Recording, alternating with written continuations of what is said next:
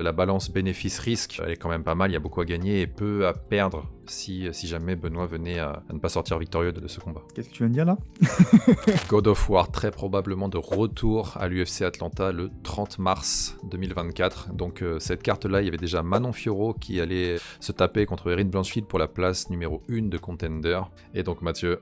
Et quand on dit God of War, on parle pas du jeu vidéo, on parle bien de Benoît Saint-Denis qui combattra potentiellement sur cette carte. Et ce serait parfait, ce serait 2 Français pour nous représenter au plus haut niveau à l'UFC sur cet événement. Donc on attend que ça. Il faut savoir que ça fait quelques temps qu'on se demandait qui serait l'adversaire de Benoît, parce que la catégorie des lightweight, elle est très très mouvementée. Il y a beaucoup de blessures, il y a beaucoup de combats qui sont prévus, il y a beaucoup de personnes en attente de money fight. On avait un peu de mal à cibler le prochain adversaire de Benoît et ça commence enfin à se déflouter, à s'éclaircir, puisqu'on a des sources fiables qui pourraient nous annoncer enfin son adversaire. Voilà, donc il y a un tweet qui est sorti et c'est Rafael Cordero, donc très grand coach de Kings MMA et en même temps coach de Benay Dariush, qui a annoncé cette info que Benay était très intéressé, voire réaccepté justement un 5 rounds, donc main event contre Benoît. Mais c'est pas la première fois qu'on a un contact entre guillemets entre Benoît et Benay, puisque il me semble qu'il y a quelques mois, il avait déjà dit, c'était un combat, quelques semaines pardon, il avait déjà dit que c'était un combat qui l'intéresserait, que ce serait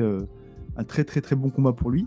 Et aujourd'hui, apparemment, ils ont accepté l'offre de combattre en 5 rounds avec Benoît sur cet événement. Après, à préciser, dans le camp de Benoît, dans mon camp, on n'a pas reçu l'information. En tout cas, l'UFC n'a pas transmis l'offre à Benoît, donc il n'y a pas d'officialisation, mais il y a une demande de la part du camp de Ben Hale et on attend justement de voir ce que l'UFC propose pour la suite. Après, de toute façon, comme tu as expliqué tout à l'heure pour la catégorie lightweight, là, actuellement, ça serait vraiment un combat qui ferait sens pour les deux, parce que Benoît, on sait qu'il est à la recherche vraiment d'une accession au titre rapide, et Ben Hale, à l'heure actuelle, il est classé 7ème de la catégorie. Ben Hale, lui, de son côté, en fait, il est sur une série, après une grosse série de victoires, de 8 victoires, justement, contre des gros noms comme Thiago Moises, Drew Dober, Ferguson, Drakkar Klose, ou encore Gamrot. Il vient d'enchaîner 2 grosses défaites, des défaites dures, donc contre Charles Oliveira et dernièrement Arman Tsarukyan. Ben Hale, du coup, ces 2 défaites l'éloignent du titre. Avec un combat contre Benoît qui est aujourd'hui un top prospect dans la KT, plus une grosse hype train autour, etc. S'il arrive à accrocher Benoît à son tableau de chasse, ça le remettra en bonne posture justement pour le title contention. Exactement, hein, et vice-versa pour Benoît. Benoît, c'est une très très bonne occasion pour lui, puisqu'il a déjà affronté pas mal de combattants, mais qui n'avaient pas forcément un énorme nom. On va dire il a commencé à accéder à des combattants connus depuis le combat contre Ismaël Bonfim, vu qu'après il a enchaîné avec Thiago Moises et Matt Frevola. Mais là, on passe vraiment sur le haut du haut de la KT, vraiment sur le gratin de la catégorie lightweight. Même si Thiago Moises faisait anciennement partie de ce fameux gratin, aujourd'hui il était un peu plus en retrait dans le classement. Par contre, Ben Hale, il est toujours dans le top. Et là, ce serait vraiment une très très bonne occasion pour lui de, en gros, certifier que la hype elle est justifiée et de prendre vraiment un gros nom sur son palmarès. Puisque Ben Hale, c'est du solide. 2 défaites depuis ses 10 derniers combats contre des gros noms, enfin contre les premiers de la catégorie. C'est un gros trophée accroché sur sa cheminée. Hein. Après, voilà, comme tu as dit, c'est des noms, c'est des piliers en fait à l'UFC. Comme à l'époque quand Manon elle avait affronté Rose à l'UFC Paris. Rose, tu vois, c'est un nom qui est là depuis des sacrés bouts de temps et qui pèse, tu vois, qui fait partie, elle fait partie des murs en fait de l'UFC. Et Ben Hale, c'est la même chose. Au même titre qu'un Ferguson, Dustin Poirier, etc. En fait, c'est des noms qu'on pense... Enfin, que moi, par exemple, je pensais pour les Français intouchables, tu vois, mais en fait, les Français, comme Cyril Gane contre John Jones, ils vont cogner des mecs qui font partie des murs de l'UFC, tu vois. J'avais exactement la même vision que toi. C'est vrai que c'est des noms qui paraissent en fait hors de notre portée. Hein. Et c'est là qu'on se rend compte qu'en fait, en France, on a un potentiel de malade. Il y a plein de gens qui pensent, je l'ai encore dit ce week-end, ça, j'ai encore dit il y a quelques jours, quand je suis allé m'entraîner dans une salle, il y a plein de gens qui pensent qu'on doit partir à l'étranger, aller dans des gros clubs, des clubs américains, des clubs thaïlandais, des clubs asiatiques. Mais en fait, on a tout ce qu'il faut en France pour performer. Hein. Le champion poids lourd, la Benoît qui perce. On a d'autres combattants qui sont ultra haut niveau. En kickboxing, on a le meilleur kickboxer du monde qui vient de France, en personne de Cédric Doumbé. En boxe anglaise, on a plein de mecs qui performent énormément, qui sont pas forcément super médiatisés, mais qui ont un énorme niveau. En fait, en France, en termes de sport de combat, on a vraiment un niveau fantastique et on n'a pas besoin d'aller s'exporter ailleurs.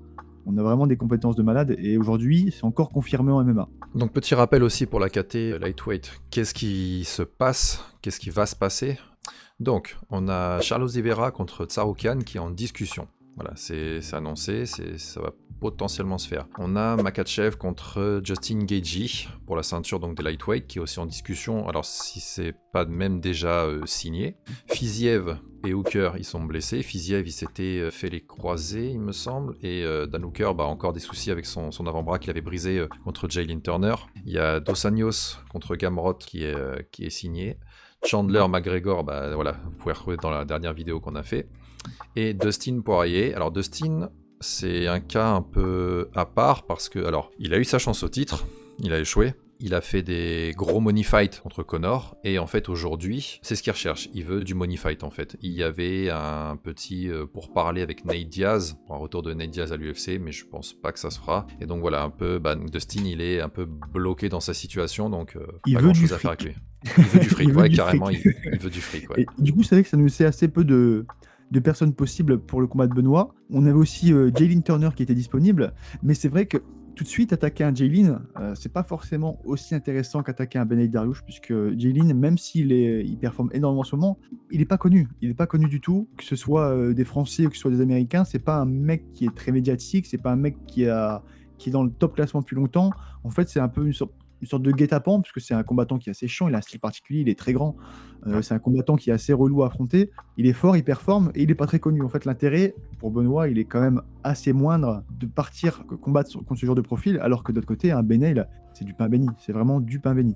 Stylistiquement, après, si on doit faire une petite analyse de match, dans le style de Benney, moi, ça me rappelle quand même Benoît. C'est-à-dire, c'est un mec qui n'hésite pas à aller à la guerre en stand-up. On a vu notamment ses échanges de knockdown contre Drakkar Klose. Ce combat, il a été monstrueux. Hein. Oh, c'était vraiment une boucherie, quoi. Hein. C'était...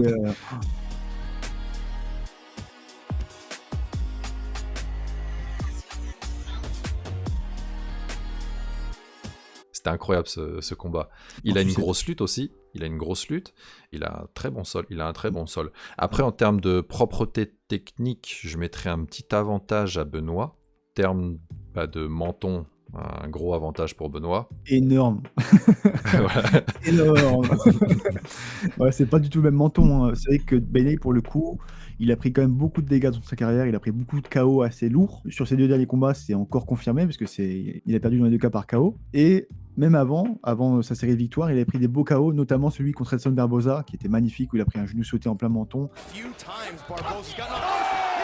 En fait, à chaque fois, il se fait endormir très durement. Bon, après, il faut pas non plus le considérer comme mort, puisque même s'il a les cheveux gris, c'est un papy, lui, il tape, il est très dur, tu l'as dit, il est très complet, il a pas mal de points qui pourraient être gênants pour Benoît, et surtout, il avait montré lors de son combat contre Gamrot une défense de takedown impeccable, vraiment impeccable. Il était impossible à amener au sol, il punissait Gamrot debout, et impossible pour Gamrot d'aller chercher le sol avec lui. Il avait vraiment trop l'avantage, à chaque fois il faisait des scrambles de malade et des belles défenses. Seulement, Gamrot il est unidimensionnel, ça veut dire il évolue qu'en lutte, il fait que de la lutte, il cherche même à peine à camoufler ses attaques. Benoît c'est pas ça. Benoît il est multidimensionnel dans le combat, il utilise toutes les dimensions du MMA, il utilise la lutte, le clinch, le sol, la boxe, le kickboxing, il utilise vraiment tout. Et on a vu Beneil galérer contre ce genre de profil. Contre Oliveira, qui a mixé l'anglaise et le kick, il s'est fait sécher. Contre Arman, il n'a pas eu le temps de faire grand-chose parce qu'à mon avis, il attendait tellement de se faire amener au sol qu'il n'a pas vu la droite venir.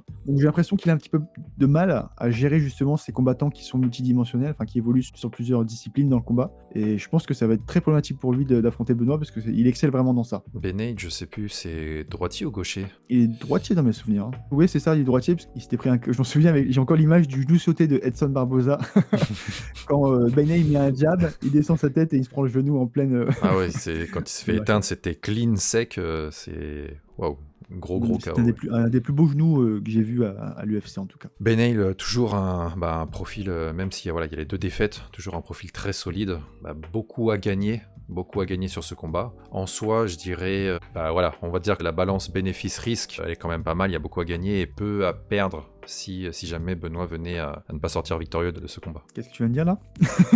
Si jamais, tu te doutes bien que non, je lui souhaite tout le contraire. C'est quelque chose qui est inimaginable. C'est vrai que Benoît il est dans une ruée là, et actuellement il est dans une dynamique de victoire qui est incroyable. Et je vois vraiment cette ruée poursuivre Voilà, news à confirmer. Alors, je pense que Benoît sera très intéressé par le combat. Daniel, pareil. Enfin, dis-moi si je me trompe, Mathieu. Moi, j'ai eu des échos. Bon, c'est un combat qui est intéressant, mais pareil, apparemment, ils n'ont pas encore eu le feu vert de l'UFC. Ils n'ont pas encore eu l'officialisation de l'UFC, la demande officielle. Donc, c'est en attente. Mais c'est un combat qui est intéressant. C'est un combat qui est intéressant parce que pour Benoît, c'est vraiment un propulseur direct dans le top du classement. Bah, ça permettrait aussi de, entre guillemets, rester actif parce que donc son dernier combat, c'était le 11 novembre au Madison Square Garden. Là, ça serait donc pour le 30 mars. Et si ça ne se fait pas pour le 30 mars, il va falloir attendre encore plus longtemps derrière. Et Non, comme mars, c'est une Benoît, bonne date. on sait qu'il aime bien enchaîner, même s'il y a eu pas mal de fights. Ça permettrait de garder une certaine Et activité. mars, Ouais. mars, c'est vraiment une bonne date puisque c'est bon, c'est pas tout proche non plus, mais ça permet à Benoît quand même de se récupérer, parce que comme tu as dit, il a enchaîné pas mal les fights l'année dernière et mine de rien, c'est fatigant parce que c'est des cuttings, c'est des combats durs que Benoît propose, c'est pas des combats pourris où il y a pas de dégâts, c'est vraiment des guerres. Ça peut être bien d'avoir une petite période un petit peu off, une période où il recharge les batteries et ensuite on rattaque directement et on est parti pour mars, hein. Let's go Benoît. Exactement. Voilà pour cette news. En tout cas, le jour où ce sera confirmé à 100% par l'UFC. Donc voilà pour cette news. Dès que ce sera validé par l'UFC, je pense qu'on va faire une vidéo supplémentaire où on analysera un petit peu plus en détail le combat et comment ça pourrait évoluer dans la cage, avec vraiment une analyse poussée. En attendant, dites-nous dans les commentaires si vous êtes hypé par ce combat, mais j'ai aucun doute que vous le serez. Parce que BSD, il sait enthousiasmer les foules. Voilà, date à surveiller, 30 mars pour l'UFC d'Atlanta. En attendant, à la prochaine. Ross.